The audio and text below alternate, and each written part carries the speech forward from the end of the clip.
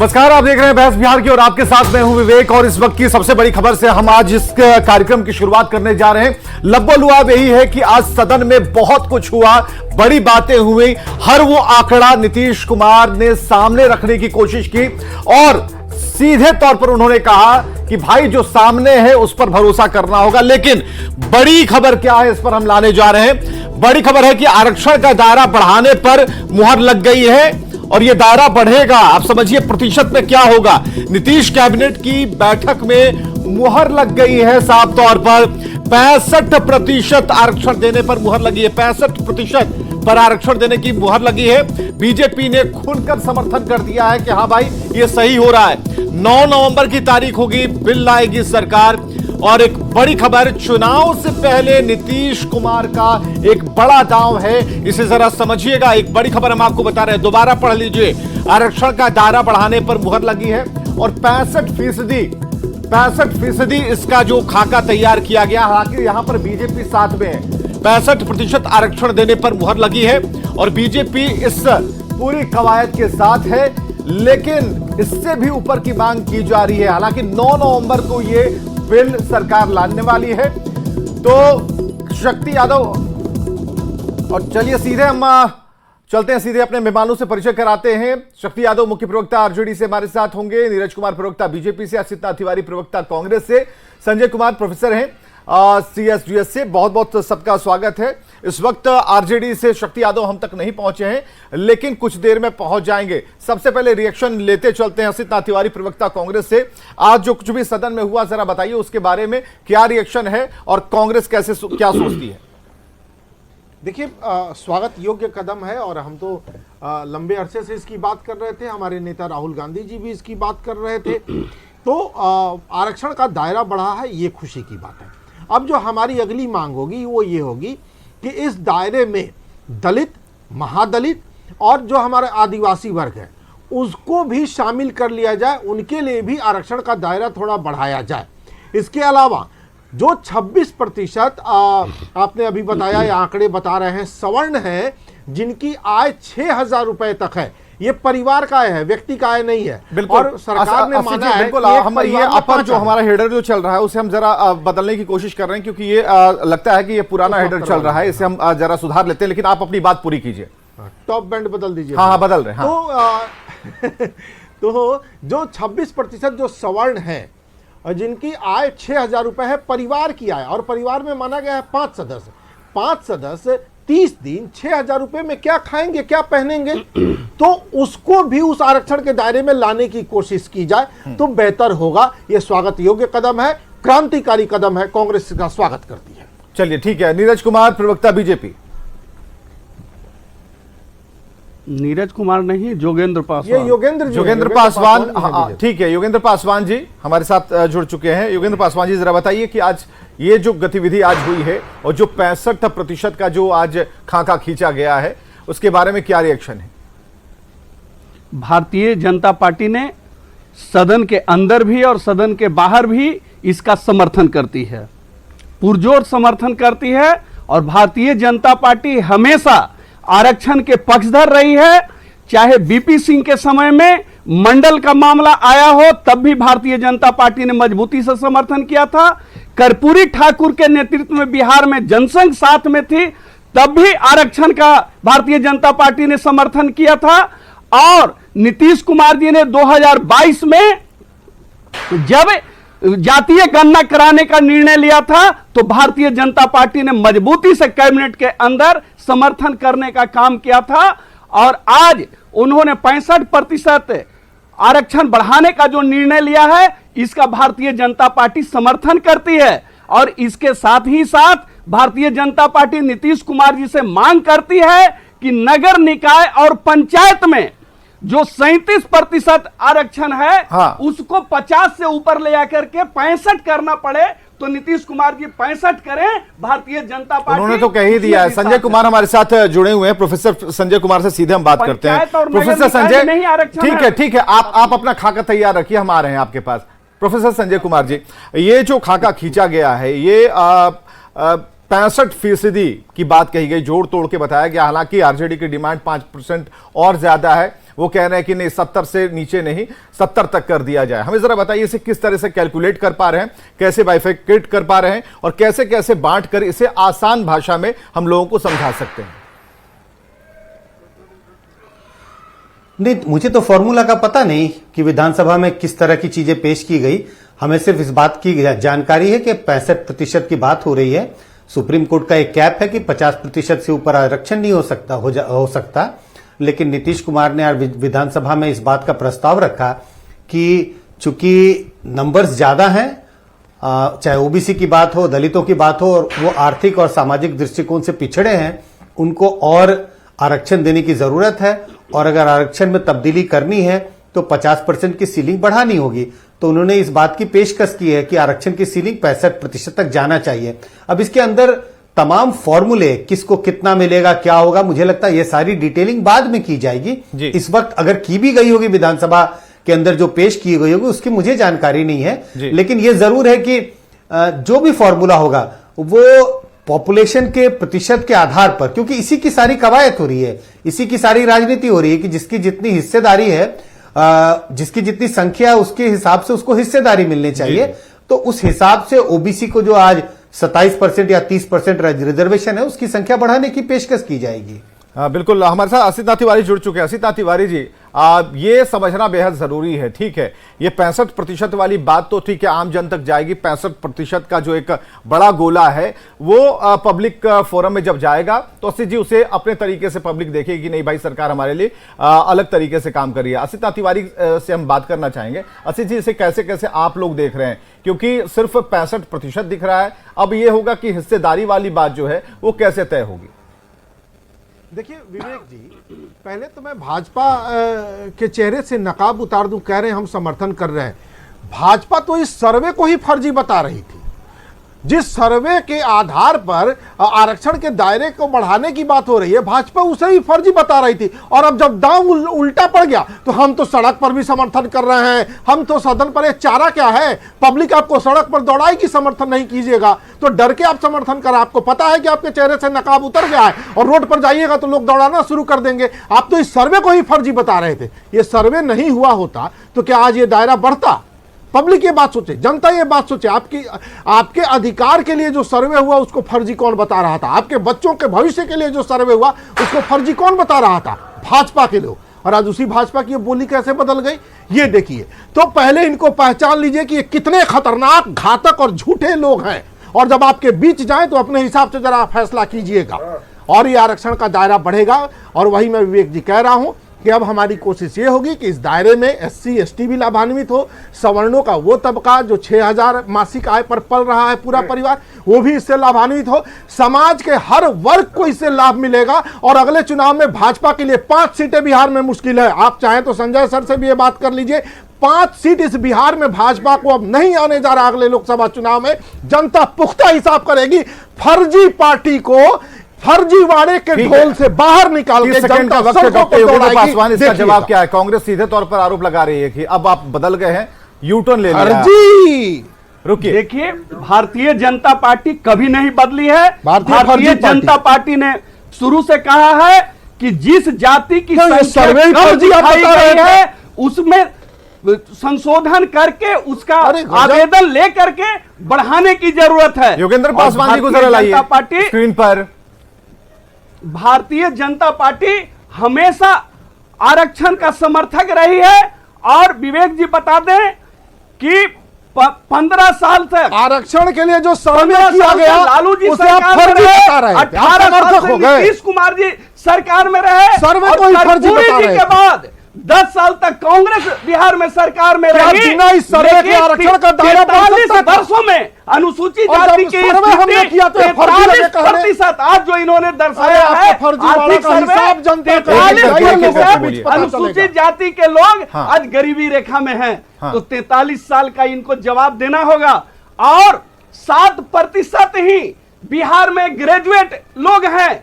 इसके शिक्षा की स्थिति इतना बदहाल है, इसके लिए कौन जिम्मेवार है?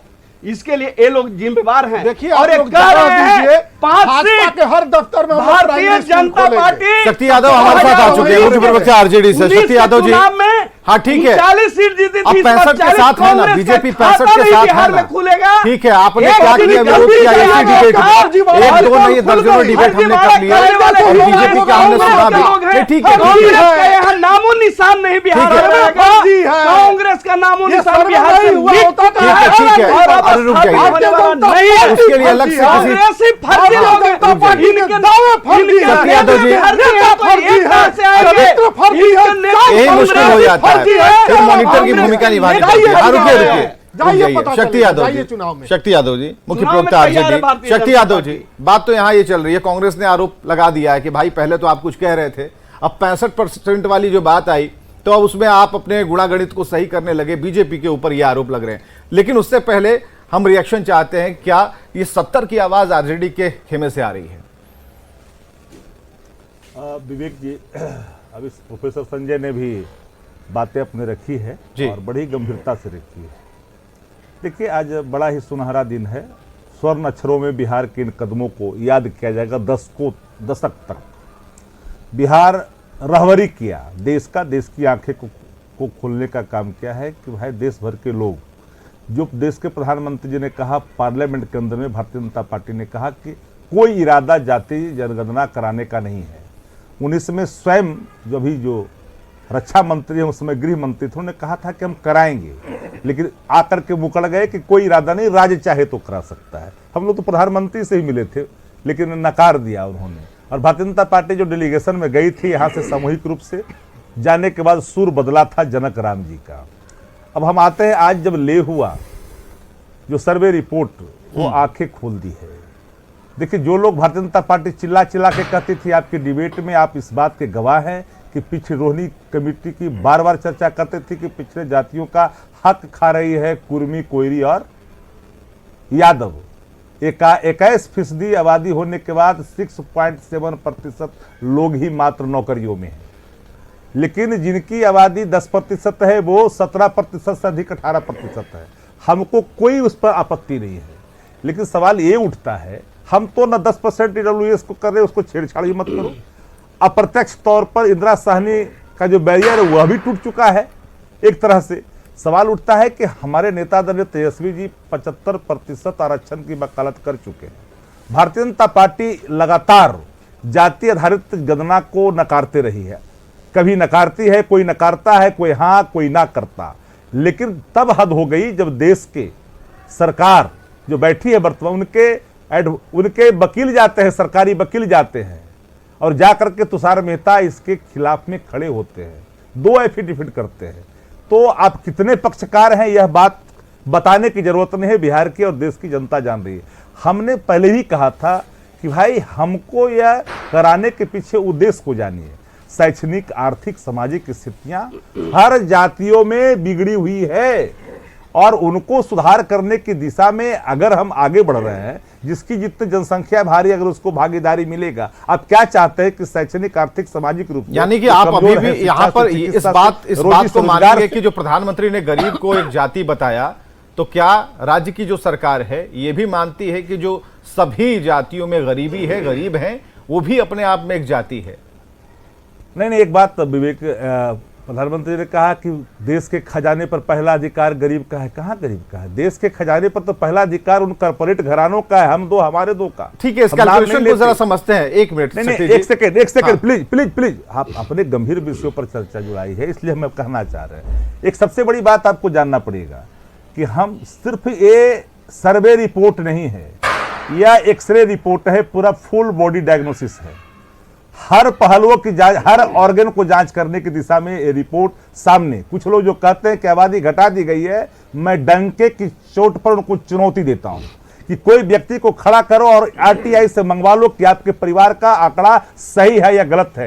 एक व्यक्ति का अगर आंकड़ा गलत होगा तो इन बातों को मैं स्वीकार करूंगा कि कहीं ना कहीं चूके हुई है। ठीक है, कोई व्यक्ति प्रोफेसर संजय कुमार के पास एक minute sir, professor Sanjay Kumar के पास ओवरऑल जो आपने कहा एक्सरे करवा दिया, हम एक मिनट शक्ति जी एक मिनट तुरंत आ रहे हैं। प्रोफेसर संजय में जरा बताइए, इसका अल्ट्रासाउंड रिपोर्ट आप ही दे सकते हैं बढ़िया तरीके से, मैं जरा बताइए ये जो पॉलिटिकल घनचक्कर है जो लोग समझना चाह रहे हैं, यहां पर तो आपने तीनों की बात सुनी, तीनों ही दल बड़े दल है, हमें जरा ये बताइए जो परसेंटेज जो आंकड़े प्रस्तुत किए गए हैं उसका जो इफेक्ट है, साइड इफेक्ट जो है वो कहां दिखता है, कैसे दिखता है, और आगे आने वाले जो इलेक्शंस हैं उसे आप कैसे कोरिलेट करते हैं? देखिए साइड इफेक्ट क्या दिखाई पड़ता है। आज तक यह अनुमान लगाया जाता था, यह कहा जाता था कि पिछड़ों की आबादी बिहार में तकरीबन 52 से 55% है, लेकिन जब जनगणना हुई और आंकड़े आए तो वो तकरीबन 63% था। तो तकरीबन 10% आबादी ज्यादा दिख रही है ओबीसी की, और मूल्यतः ओबीसी के लिए जनगणना की गई थी। तो एक तरह से यह लगने लगा कि भाई जितनी संख्या की का जिक्र होता था आबादी तो उससे ज्यादा है, और जितनी संख्या है उतना भी आरक्षण पहले नहीं मिल रहा था। तो एक तरह से इस बात की पुष्टि हुई कि इनकी आबादी ज्यादा है, और आज जो आंकड़े पेश हुए वो इस बात की ओर और इशारा करता, बल्कि इस बात की पुष्टि करता है कि सिर्फ आबादी ही ज्यादा नहीं है, अभी भी ओबीसी दलित समुदाय के जो लोग हैं वो आर्थिक शैक्षणिक आधार पे पिछड़े हैं, और उन्हें सरकारी सहायता या आप कहिए कि पॉलिसीज, ऐसे पॉलिसीज की जरूरत है जो उनके आगे बढ़ने में मदद करे, सामाजिक दृष्टिकोण से, आर्थिक दृष्टिकोण से, और खासकर सरकारी नौकरियों में जिन आंकड़ों का आप जिक्र कर रहे हैं।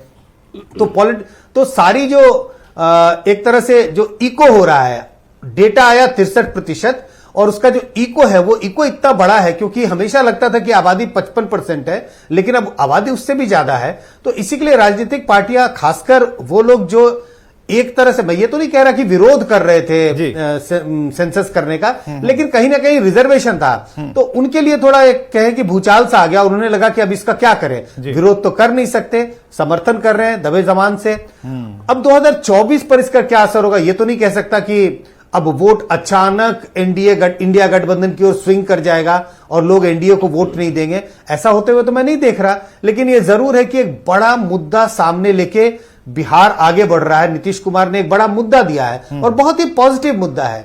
मुझे लगता है कुछ दिन पहले, जिसका हम आज जिक्र नहीं कर रहे, दिल्ली के अखबारों में बड़ा एक ऐड निकला जी कि भाई 1,20,000 लोगों को नौकरी के लिए वो एक रिकॉर्ड बना, उनका अपॉइंटमेंट लेटर दिया जा रहा है। तो मुझे लगता है हाँ, रिकॉर्ड बना एक तरह से। तो ये दो चीजें हैं जो ये बता रहा है कि बिहार ने एक तरह से लीड ली है।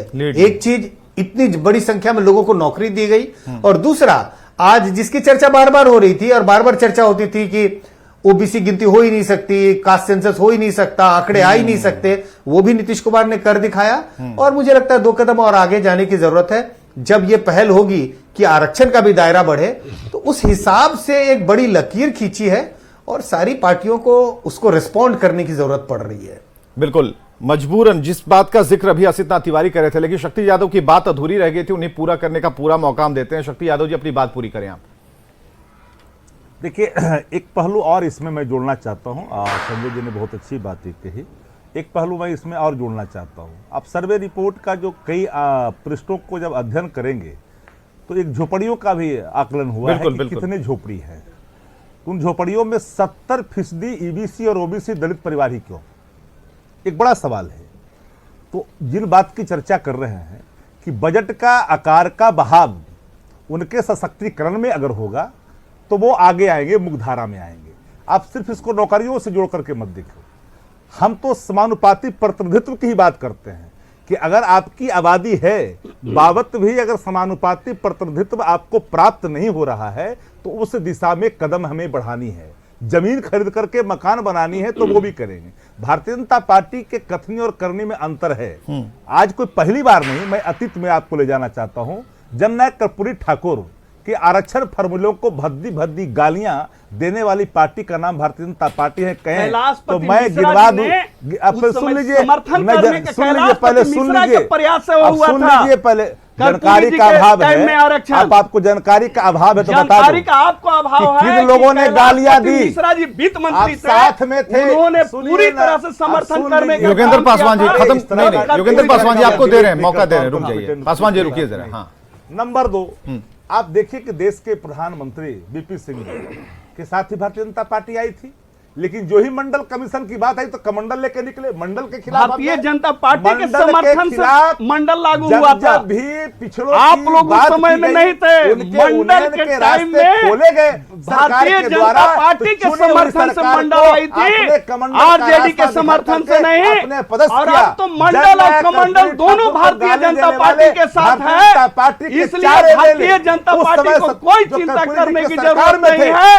भारतीय जनता पार्टी के पास मंडल और कमंडल दोनों है। बिहार नहीं देश जानता है, अभी पूरा जानकारी नहीं।